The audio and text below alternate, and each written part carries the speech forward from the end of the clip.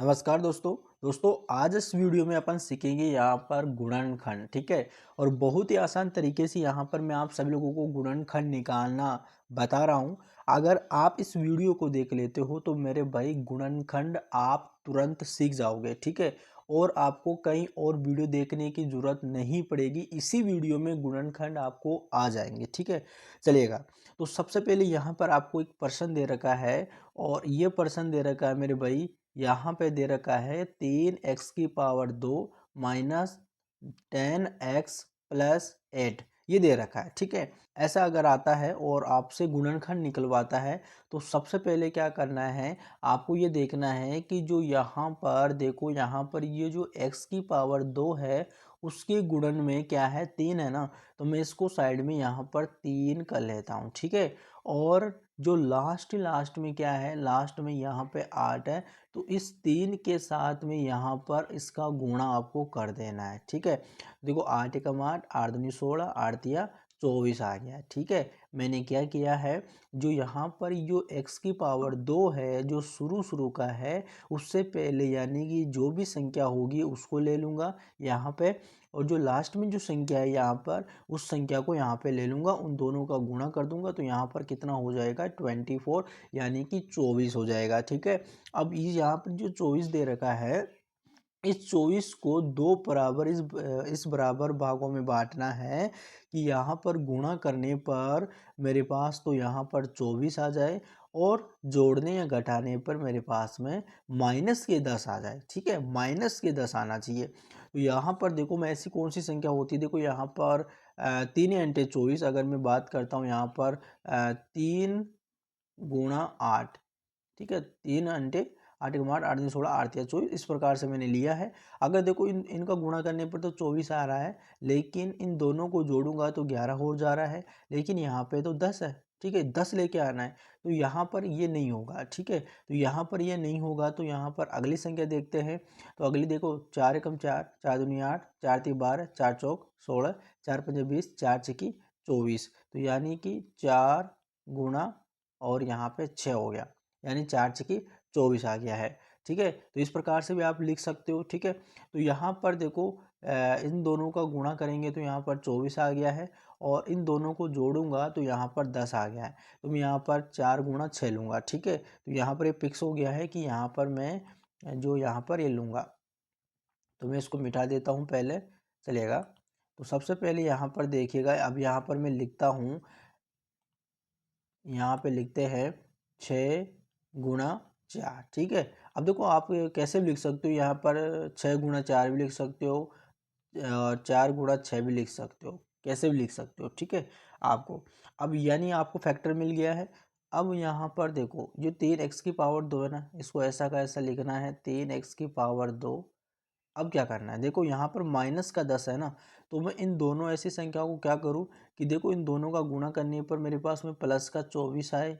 ठीक है, कितना है, प्लस का 24 आए, और इन दोनों को जोड़ने या घटाने पर मेरे पास माइनस का 10 आए। तो ऐसे क्या कर सकता हूँ, देखो यहाँ पर अगर ये माइनस के 4 लूँ, ठीक है, या फिर ये ले लो आप, ये माइनस के 6 लूँ और ये माइनस के यहाँ पे 4 लूँ। ठीक है, इन दोनों को लूँ तो देखो यहाँ पर माइनस के 6x और माइनस के 4x। ठीक है, इस प्रकार से मैंने लिया। ठीक है, माइनस के 6x और माइनस के 4x, और लास्ट में क्या बचा, यहाँ पे प्लस के 8, तो यहाँ पे प्लस के 8 लिख लो। ठीक है, इतना लिख लिया। अब यहाँ पर आपको करना क्या है, देखो यहाँ पर कॉमन निकालना है। कॉमन का मतलब होता है, देखो पहले यहाँ पर इन दोनों में से और फिर यहाँ पर इन दोनों में से कॉमन निकालना है। तो कॉमन निकालेंगे तो देखो यहाँ पर 3x⁻², इसमें से कॉमन निकलेगा यहाँ पर 3x। ठीक है, यहाँ पर क्या निकलेगा, 3x कॉमन निकलेगा, फिर ब्रैकेट। अब 3x में 3x⁻² में भाग लगाएंगे तो यहाँ पर एक x बचेगा, माइनस का चिन्ह है तो यहाँ पर माइनस आ जाएगा, x से x कट जाएगा, 3 दूनी यहाँ पे 6 आ जाएगा। ठीक है, इस प्रकार से। अब यहाँ पर देखो माइनस का 4 है, यहाँ पर माइनस के 4 कॉमन ले लेता हूँ, और यहाँ पे 4 में 4 का भाग लगाऊंगा तो यहाँ पर मेरे पास में x बचेगा, और यहाँ पे माइनस का चिन्ह और प्लस का चिन्ह है तो यहाँ पर माइनस का हो गया, और 4 दूनी 8 हो गया है। ठीक है, अब देखो यहाँ पर इस वाले ब्रैकेट में और यहाँ पर इस वाले ब्रैकेट में समान आना चाहिए। ये आपको एक तरीके से जांच करने का तरीका होता है। अगर अलग अलग आ रहा है तो आपका गुणनखंड गलत है। ठीक है, तो यहाँ पर देखो सबसे पहले मैं क्या करूँगा, यहाँ पर ये जो 3x है और यहाँ पर माइनस के 4 है उनको एक साथ लिख लूँगा, यानी 3x माइनस के 4 इनको मैंने लिखा है। अब यहाँ पर इस ब्रैकेट में भी सेम आ रहा है और इस ब्रैकेट में भी सेम आ रहा है, तो इन दोनों में से मैं किसी एक संख्या को यहाँ पर लिख लूँगा, यानी x माइनस के 2 आ जाएगा। इस प्रकार से आपको लिखना है, तो यही आपका आंसर हो जाएगा। ठीक है, इस प्रकार से आपको दोस्तों गुणनखंड करना है। उम्मीद कर रहे हैं आप सब लोगों को गुणनखंड निकालना आ रहा है। चलिएगा अपन एक और प्रश्न यहाँ पर ले लेते हैं। देखो यहाँ पर हमारे पास में दूसरा प्रश्न है और दूसरे प्रश्न में दे रखा है x की पावर 2 प्लस 9x प्लस 20 दे रखा है। तो इस प्रश्न को कैसे हल करेंगे, देखो भाई सबसे पहले आपको कुछ भी नहीं करना है, आपको ये देखना है कि x की पावर के 2 से पहले कोई संख्या है क्या। देखो पहले वाले प्रश्न में थी, इस वाले प्रश्न में बिल्कुल भी नहीं है, तो अपन क्या करेंगे, इस वाले प्रश्न में नहीं है तो लास्ट वाली जो संख्या है यानी 20 है, इसी को ही लेंगे। अब 20 को इस प्रकार यानी इस प्रकार से दो बराबर फैक्टर में अपन डिवाइड करेंगे, जिससे क्या पता चलेगा, यानी गुणा करने पर तो 20 आ जाए और जोड़ने घटाने पर यहाँ पे 9 आ जाए। तो यहाँ पर मैं इसको तोड़ूंगा 5 गुणा 4 में। ठीक है, 5 गुणा 4 में तोड़ूंगा। देखो 5 चौक 20 तो आ रहा है और 5 और 4 को जोड़ने पर यहाँ पे 9 आ रहा है। ठीक है, इस प्रकार से आपको करना है। तो सबसे पहले यहाँ पर मैं करूँगा x की पावर 2, ठीक है, x की पावर 2, फिर प्लस के 5x करूँगा, फिर यहाँ पे प्लस के यहाँ पे 4x करूँगा। ठीक है, और फिर प्लस के यहाँ पर लास्ट में 20 दे रखा है। ठीक है, इस प्रकार से यहाँ पर आपको करना है। अब देखो इसमें से क्या कॉमन ले सकता हूँ, यहाँ पर मैं x कॉमन ले लूँगा और x से x कट जाएगा और एक x बचेगा यहाँ पर, तो x आ जाएगा। प्लस के यहाँ पर अब x से x के यहाँ पे ये कट जाएगा और यहाँ पर बचा 5, तो यहाँ पर 5 आ जाएगा।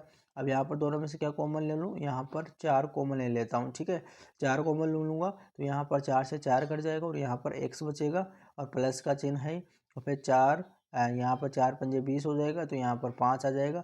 देख सकते हो आप इस वाले ब्रैकेट में और इस वाले ब्रैकेट में दोनों समान है, और तो यहाँ पर देखो यहाँ पर आ जाएगा x प्लस के यहाँ पे 4।